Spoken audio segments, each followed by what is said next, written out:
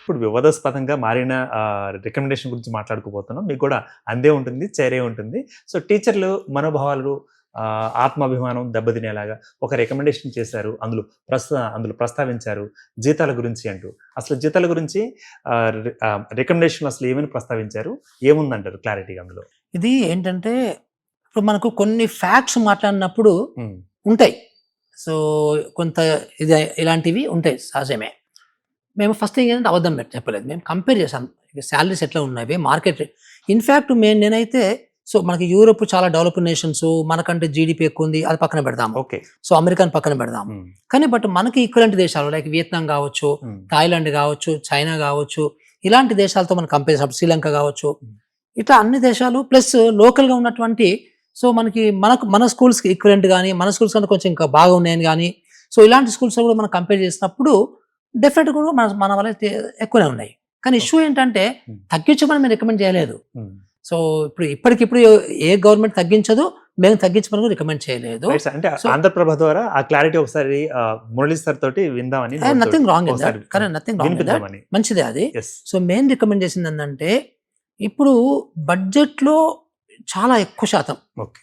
So 90+ హ్మ్. శాతం మనకు సాలరీస్ వెళ్ళిపోతుంది కదా. హ్మ్. సో, ఫ్యూచర్‌లో ఇది ఎట్లాగే నడుస్తుంటది. ఇది ఎందుకంటే గవర్నమెంట్ జనరల్‌గా బడ్జెట్ పెంచవు. హ్మ్. సో, ఎంతో కొంత ఇస్తే గానీ, కొంత పెరిగితే గానీ ఇది పెరగదు ఇది. సో, ఇలాంటి ప్రపోజిషన్‌ని ఫ్యూచర్‌లో మార్చుకోవాలి మనము. ఓకే. ఫ్యూచర్‌లో మార్చుకోవాలంటే అంటే మనం మార్కెట్‌లో ఉన్న సాలరీస్‌కి కొంచెం ఎక్కించినా పర్లే గానీ, కొంత మేరకి సమతుల్యం చేయమని చెప్పాము. ఓకే. రైట్. సమతుల్యం ఫ్యూచర్ రిక్రూట్మెంట్స్, అంటే పిఆర్సీ అంటూ ఒకటి ఉంటుంది కదా సార్, వాళ్ళు చూస్తారా? ఫ్యూచర్ రిక్రూట్మెంట్స్ అంటారు. ఫ్యూచర్‌లో. రైట్. ఫ్యూచర్‌లో మనం రిక్రూట్ చేసుకునే టీచర్లకు సంబంధించి రైట్. సో, ఇది దృష్టిలో పెట్టుకోండి అని చెప్పాము మేము. ఇది దృష్టిలో పెట్టుకోమని చెప్పాము మేము అంతే. సో, ఇప్పుడు ఉన్న వాళ్ళది ఎందుకంటే ఒకసారి మనము జాయిన్ అవుతున్నప్పుడు ఈ యొక్క పిఆర్సీ కానీ, లేకపోతే ఈ యొక్క శాలరీ స్కేల్ ఆఫ్ పే కానీ ఇలాంటివన్నీ ఉన్నప్పుడు ఓహో ఇది బాగానే ఉంది అని జాయిన్ అవుతాము. కానీ దాన్ని మనం రివర్స్ చేయలేము. బట్ ఫ్యూచర్లో మనము రిక్రూట్మెంట్ పాలసీలు తీసుకొచ్చినప్పుడు, ఫ్యూచర్ శాలరీస్ మనం డిసైడ్ చేసినప్పుడు, అప్పుడు మీరు ముందే డిసైడ్ చేశారనుకోండి, చేస్తే నేను ఈ టీచర్ వృత్తి తీసుకోవాలా తీసుకోవద్దా, నేను ఇంకా వేరే ఇంజనీరింగ్ వృత్తి పోవాలన్నా, వేరే లాకు పోవాలన్నా అప్పుడు డిసైడ్ చేసుకుంటారు వాళ్ళు. రైట్. ఎనలిస్ట్ ఏమంటున్నారంటే తేనెతుట్లో వేలు పెట్టింది చైర్మన్ కమిషన్ అంటూ కూడా నేను మీకు ఒక విషయం చెప్పాను ఏంటంటే, ఏదైనా కానీ మేము పాలసీ తీసుకున్నది పిల్లల్ని దృష్టిలో పెట్టుకొని, for the sake of students. So అంతే స్టూడెంట్స్ కి సంబంధించి, తర్వాత మన సిస్టమ్ మనకు ఉన్నటువంటి కల్చర్ దృష్టిలో పెట్టుకొని, మన ప్రభుత్వాల మైండ్ సెట్లను దృష్టిలో పెట్టుకొని, సో మన ప్రభుత్వాల బడ్జెట్లను దృష్టిలో పెట్టుకొని, సో ఇవన్నిటి దృష్టిలో పెట్టుకొని మేము రూపొందించాము. కానీ ఎవరైనా బాధపడతారేమో, వీళ్ళు బాధపడతారా లేకపోతే ఇది త్వరతుట్టనా? నో. సో మీరు అట్లా అనుకుంటే ప్రతి ఒక్కటి తేనెతుట్టనే. ఈ లెక్కన ఇంకా స్టేటస్ కూడా చాలు, ఇంకా మన కమిషన్ అవసరంలే.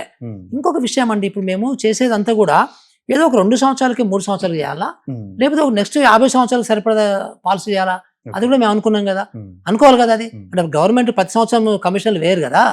సో కమిషన్ వేసినప్పుడు కూలంకషంగా అన్ని 360 degrees కూడా రివ్యూ చేసుకొని, సో మనం డెసిషన్ మేకింగ్ చేయాల్సి, పాలసీ తీసుకోవాల్సి వస్తుంది.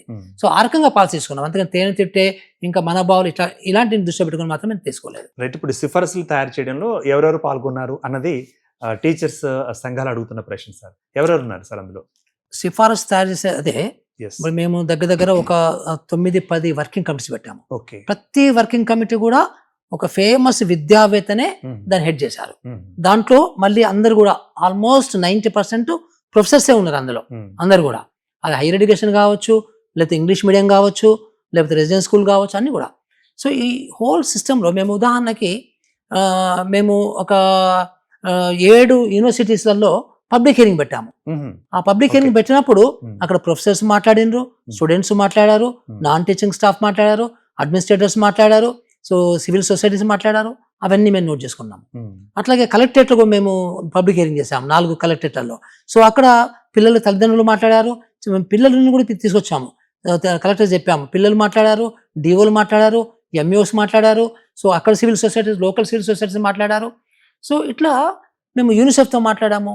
సో దాని తర్వాత ఇంకా సివిల్ సొసైటీ చాలా మంది సివిల్ సొసైటీతో మాట్లాడాము, ఎంబీ ఫౌండేషన్తో మాట్లాడాము. సో ఎంబీ ఫౌండేషన్ నేషనల్ కన్వీనరే మాకు మా అడ్వైజరీ కమిటీ బోర్డు మెంబర్ ఉన్నారు.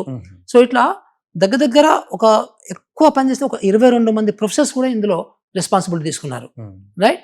సో మేము టీచర్స్ యూనియన్స్ ఒక 9-10 టీచర్స్ యూనియన్స్ తో మాట్లాడాము. Okay. సో నేను పోయిన ప్రతి టీచర్ దగ్గర కూడా దగ్గర 3 గంటలు వాళ్ళన్నీ విన్నా, నేను Right. అన్ని రాసుకున్నాను. Okay. కొంతమంది కొన్ని చోట్ల 70 పాయింట్లు, కొన్ని చోట్ల 80 పాయింట్లు, కొన్ని చోట్ల 130 పాయింట్లు వచ్చినాయి. సో ఇవన్నీ అయిన తర్వాతనండి ఇక్కడ, సో అంటే వీళ్ళు అంటే ఇప్పుడు ఉదాహరణకి అదే హరీష్ రావు ఎవరున్నారు డాక్టరేట్ అంటే, నేను ఆయన డాక్టరేట్ అన్న తర్వాత చూశాను.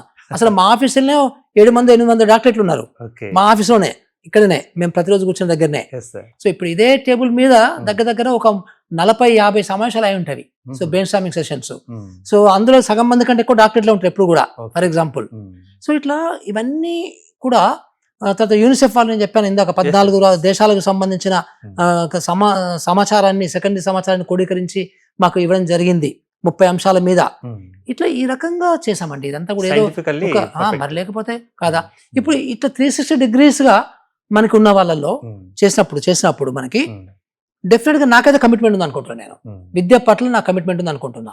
నేను దగ్గర 25 సంవత్సరాలు 25 సంవత్సరాలు నేను గ్రామీణాభివృద్ధిలో పనిచేశాను. Okay sir. సో గ్రామీణాభివృద్ధిలో పనిచేసినప్పుడు అక్కడ పేదరిక నిర్మూలన పనిచేశాను భయంకరంగా.